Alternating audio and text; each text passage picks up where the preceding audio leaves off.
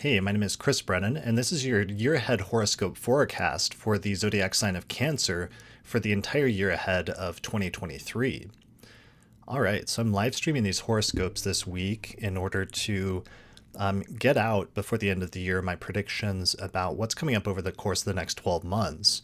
And my horoscopes are primarily designed for looking at them from the perspective of your rising sign or your ascendant, although you can also look at them from the perspective of your sun sign, especially if you're born during the day and your sun is in Cancer, or your moon sign, especially if you're born at night and your moon is in the sign of Cancer, but primarily focus on your rising sign. All right, so let's jump right into it and let's pull up the planetary movements calendar that shows where the planets will start at the beginning of the year and how far through the signs of the zodiac they'll get by the end of the year, and in particular what houses of your chart the planets are going to transit through if your rising sign is Cancer, which is what allows us to look at the 12 houses. So these are some of the major transits that we're going to focus on this year that I think are the most important ones for 2023, and some of the dates that go along with them. So keep these dates in mind, which I have up on the screen in the video version of this on YouTube for when I start talking about some of these transits, if I don't go back and repeat some of the dates. All right, and here they are relative to what houses they're going to be transiting through in your chart, which is the most important thing that I'm going to focus on during the course of this forecast. All right, so let's start with the first transit, which is Mars is in the process of finishing up its retrograde through the sign of Gemini, which is your 12th house. So this is a transit that actually started way back last year in August of 2022 when Mars first went into Gemini, but it really got intense around late October when Mars slowed down and stationed retrograde in the sign of Gemini on October 30th and then began moving backwards. And what's going to happen is Mars is eventually going to station direct and start moving forward again, and there'll be another important turning point on January 12th. But then the entire period won't be over until Mars departs from Gemini and your 12th house sometime later in March. So this is kind of an important transit. It's also kind of a tricky one. The 12th house is the house that has to do traditionally with things like enemies or people that you don't get along with. And sometimes Mars itself can be kind of a contentious planet to begin with, and it can indicate discord or fighting or conflict. So for some of you with Mars going retrograde in your 12th house, this may be a period in which you're getting into conflict with people that you don't get along with very well, more often or more intensely, so that some previous conflicts sort of came up and you may have had to return to them, because retrogrades often have a backwards looking sort of direction where people from our past come back, or sometimes past conflicts re-arise and we have to sort of confront them head on and more directly. So it could have to do with conflicts. Sometimes there can be issues with the 12th house when it comes to self-undoing. So you want to be a little bit careful not to do anything that would be impulsive that might get you into trouble during this time, or creating a sort of like accident or a problem for yourself as a result of doing something impulsively or overly aggressively, where you're just not thinking ahead of time or not thinking things through. Those are all major possibilities in terms of 12th house transits. Whatever this transit is about, though, this is probably the continuation and the completion of a story that you're already aware of, since we're already more than halfway through this Mars transit through your 12th house.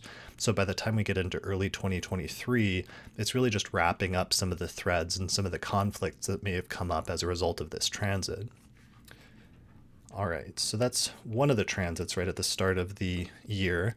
The next one that I wanted to talk about is that the planet Saturn is going to depart from Aquarius, and it's going to move out of your 8th house where it's been transiting for the past few years, and it's going to move into the sign of Pisces in March, which is your 9th house of belief and education, philosophy, travel, and just exposure to foreign things and foreign places. So Saturn going into your ninth house can sometimes represent obstacles or setbacks that arise when it comes to education and broadening your horizons. But especially for those of you with day charts, some of these setbacks will just be temporary, and it'll be one of those things where if you put the work into it and you try to overcome the obstacle, then you'll come out stronger as a result. For others, though, with Saturn transiting through your ninth house, you may encounter some sort of blockage or some sort of obstacle where you can't proceed further with some sort of educational path, or in other instances, some sort of belief system that you've been holding very closely for a long time in your life. You might run into some sort of wall or some sort of blockage where all of a sudden it's not working out as well as it was previously, and you may go through a period of soul searching, of trying to restructure and sort of question some of your ideals.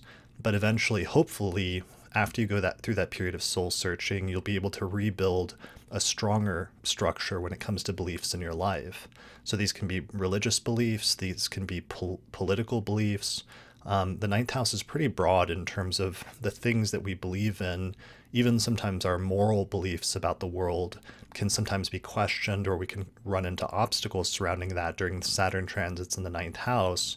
But ultimately, whenever Saturn closes one door, it typically tends to open another one. So most of these obstacles should be constructive in the long term, even if they're experienced as kind of annoying in the short term. So that transit's actually going to last for 3 years. So this first ingress of Saturn into your ninth house in March of 2023 is actually kind of a big deal, because it's something that's going to become more or less intense and more prominent in your life between now and 2026, when the transit finally ends and Saturn goes into your 10th house.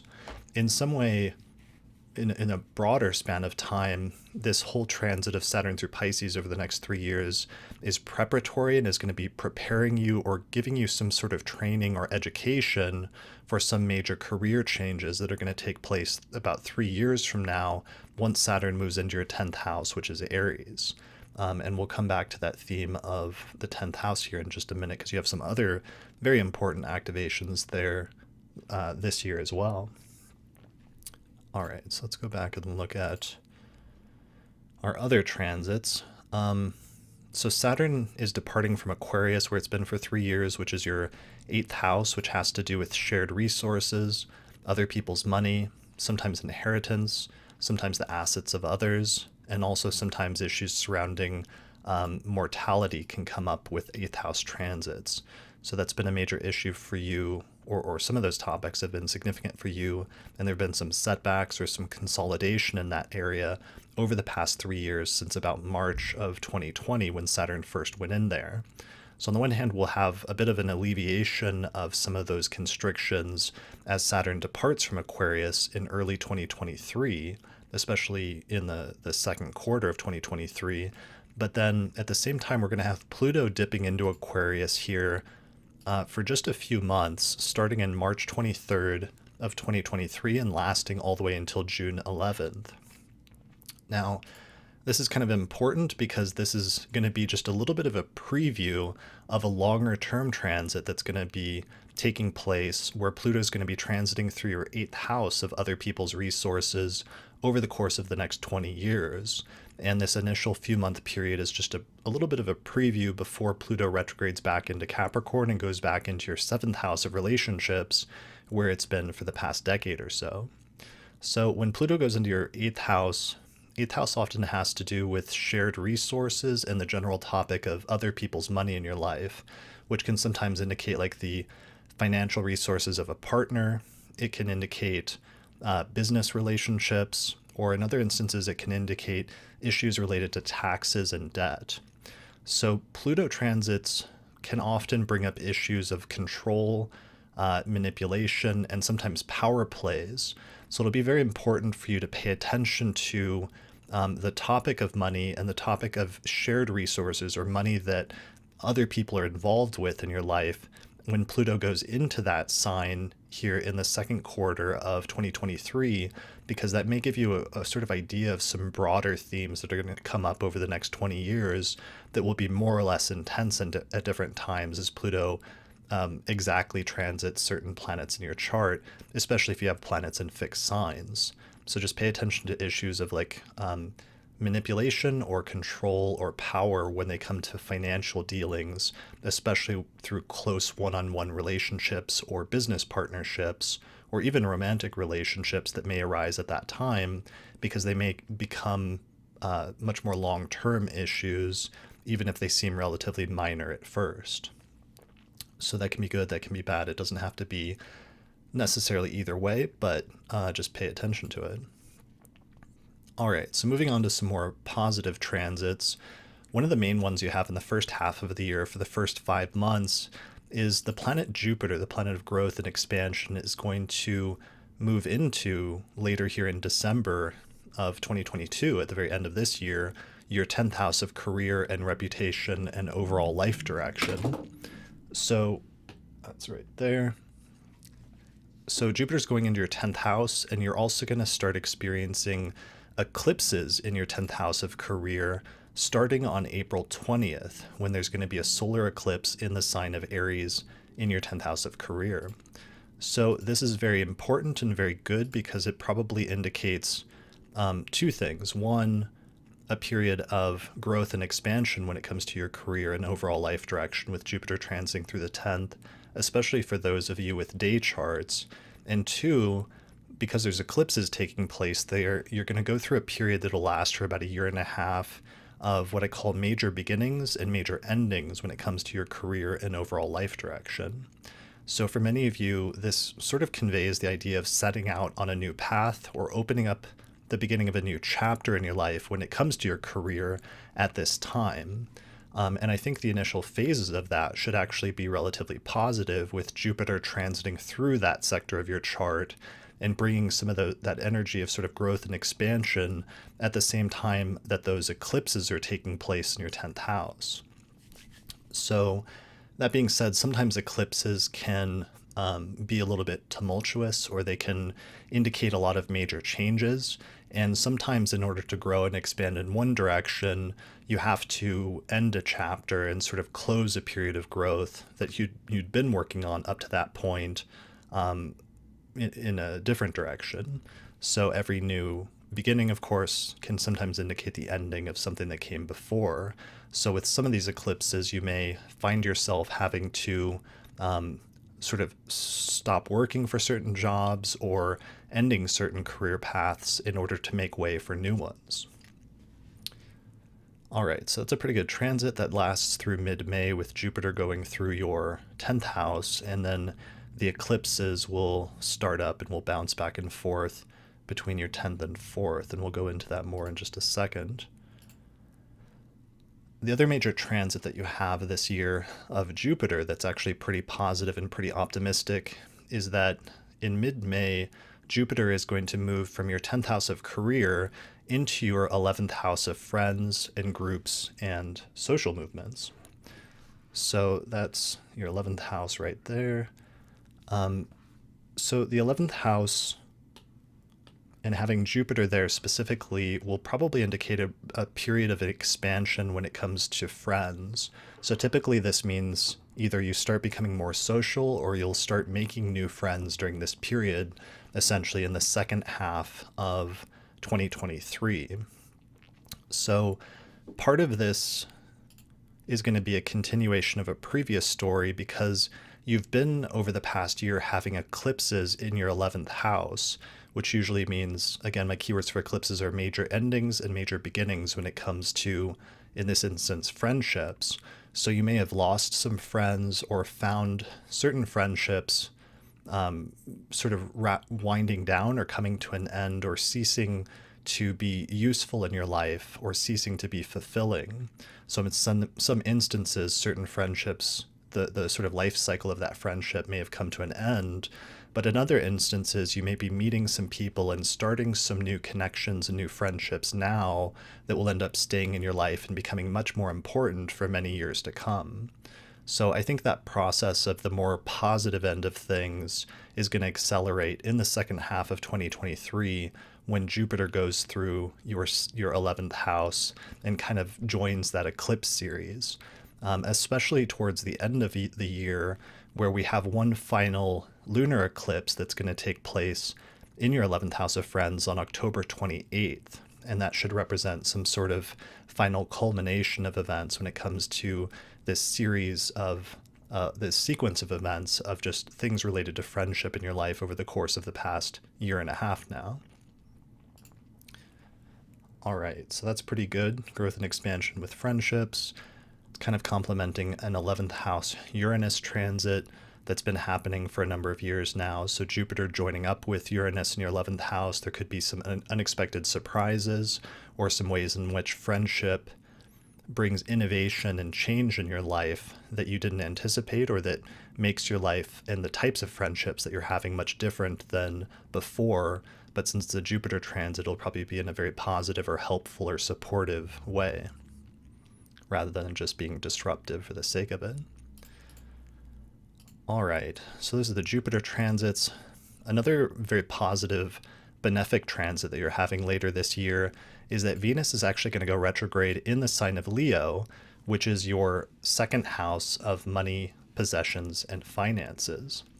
So this is going to be a pretty positive transit, especially for those of you with night charts, which would be a pretty good transit for money and possessions and resources in general. So the retrograde period, this full transit is kind of like an extended transit of Venus in the sign of Leo, and Venus is first going to ingress into Leo on June 5th. So for me, that's really when this entire transit begins, as soon as Venus moves into that sign, where it's going to stay for several months. But then it's going to grow really intense when Venus stations retrograde on July 22nd, and then it'll be intense all the way through the Venus retrograde for about 40 days and 40 nights until Venus stations direct on September 3rd. After that, we'll be in the post-retrograde sort of cleanup phase of Venus hightailing it out of your second house over the course of the next month or so until October 3rd, when Venus departs from Leo and the transit is over. So Venus retrograde can sometimes bring up old events or bring people back into your life who were important previously, sometimes in 8-year increments, since Venus would have gone retrograde in the same sign exactly 8 years ago. But other times it can just be generic people or circumstances from your past that you need to go back and revisit. For some of you, it may involve reconciling with somebody from the past, because Venus likes to unify and bring things together. And for you, it's unifying and bringing something together specifically for a financial purpose or in a way that should be beneficial for you financially, whether the initial motivation was financial or not. It may have been just like reconnecting with an old friend who gives you a tip that ends up being positive or working out well for you financially. But keep an eye out, especially for those of you with night charts, for possible financial opportunities, just because having a Venus transit in the second house that's going to last for several months, usually Venus transits are very quick. It just comes and goes through a sign within the span of a month. But for Venus to slow down and stay in that spot in your chart and kind of hover there for several months should present a number of opportunities, which if you sort of jump on them and take advantage of them, could be very beneficial. So that's one of the main positive transits this month, especially, as I said, for those of you with night charts, although it may still be somewhat positive for those of you with day charts as well. All right, and then the last thing I want to move on to talking about is the eclipses, because we've talked about a couple of them so far, but the eclipse series is also activating a couple of houses that we haven't talked about, which is your 5th and 4th houses, which are the ones down here. So basically, over the past year, the eclipse series has been taking place in your 11th house of friends and groups, and your 5th house of children, leisurely activities, and romance. So this may have indicated a period of major beginnings and major endings when it comes to children, friends, fun and games, and potentially romantic activities, with the Scorpio eclipses taking place in your fifth. So there's going to be a continuation of some of those themes that have already started, of major beginnings and major endings in that area during the course of 2023, as we see the last of that eclipse series in Taurus and Scorpio happening first in May, and then again finally in October with the very final eclipse taking place then. So whenever fifth house activities or eclipses start happening, it can indicate major beginnings and endings when it comes to children. So for some of you, this may be starting a new period of your life when it comes to the topic of children, like having children. For other people, it can be ending a major chapter in your life when it comes to children if you already have them. Like if they graduate and go on to college or something like that, that would be an example of a major ending when it comes to children. But generally speaking, just major turning points and beginnings and endings when it comes to that sphere of your life. The other sphere of your life that's important this year when it comes to the eclipses is your fourth house, which represents your home and living situation and your family, and in particular your parents. So having an eclipse there indicates major beginnings and major endings. For some people, this can indicate moving or relocating or some sort of major ending and new beginning when it comes to your living situation. So there may be important changes taking place at home. Sometimes this can be a little bit disruptive or tumultuous, so that you feel like everything is in the air and your living situation is it feels a little bit unsettled for a period of time. That's kind of natural, especially around the time of October, when we have that eclipse falling in Libra in your fourth house. In other instances, there may be some major developments or major changes, beginnings and endings when it comes to the lives of your parents, or potentially your relationship with your parents and your family. So you may find yourself coming to the end of a certain phase in terms of your relationship with them, or needing to open up some new phase in your relationship in some significant way with them. Sometimes this is a result of major changes taking place in their life that don't necessarily have anything to do with you, but in other instances it can have to do, or it can characterize the way that the two of you interact, and needing to reach a sort of turning point. And that turning point doesn't necessarily have to be bad, and it doesn't necessarily have to be good. It just means that there's going to be a major change or a major shift in that area one way or another. So keep an eye out for that. All right. So looking at my list, it looks like that was actually the last major thing when it comes to your transits, or at least the major transits that I wanted to talk about for the year of 2023. So there's of course other minor transits like Mercury retrogrades and other things like that. We're going to talk about the broader long-term implications of some of those transits next week when we record our year ahead forecast for 2023 for just mundane astrology in general on December 16th. So you can join us for the live chat in that. We're going to record it with a live audience of patrons next month through our page on patreon.com. So you can join us there if you'd like to follow that live through the Zoom webinar. Otherwise, I think that's it for this forecast. So good luck next year. I'm going to answer some questions. Thanks everyone who joined me for the live chat tonight.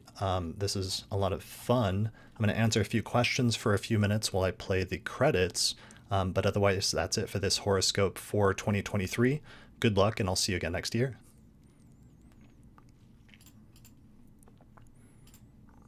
Special thanks to all the patrons that helped to support the production of this episode of the podcast through our page on patreon.com. In particular, shout out to the patrons on our producers tier, including Thomas Miller, Catherine Conroy, Christy Moe, Ariana Amour, Mandy Ray, Angelique Nambo, Issa Sabah, Jake Otero, Mimi Stargazer, and Jean-Marie Kaplan. If you appreciate the work I'm doing here on the podcast and you'd like to find a way to support it, then please consider becoming a patron through our page on patreon.com. In exchange, you can get access to bonus content that's only available to patrons of the podcast, such as early access to new episodes, the ability to attend the live recording of the monthly forecast episodes, our monthly auspicious elections podcast, or another exclusive podcast series called the Casual Astrology Podcast, or you can even get your name listed in the credits at the end of each episode.